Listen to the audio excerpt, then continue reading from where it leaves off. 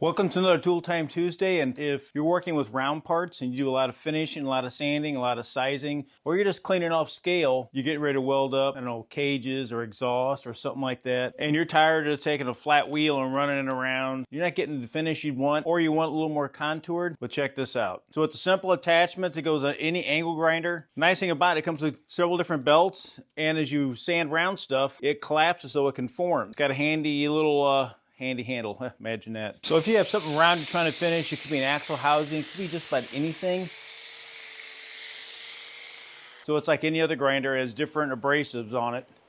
It's easy to change. Push over the spring. So let me show you another handy way you can use this. You just take off the handle. So if you just clamp this to your block of wood or an angle or whatever you have, this is more finish type stuff. You can very easy, and make sure you have safety glasses on.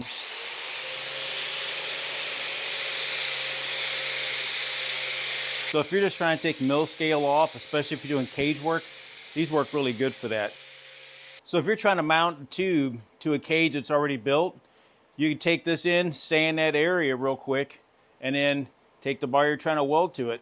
Now it's nice if you're working with tubes like rear ends, the more you push on it, it'll wrap around. But if you're trying to finish a large contact area, it works really good. So the kit is very inexpensive.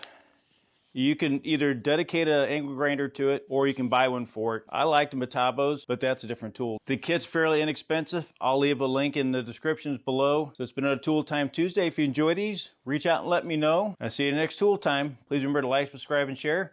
And I'll see you here on ways to use it.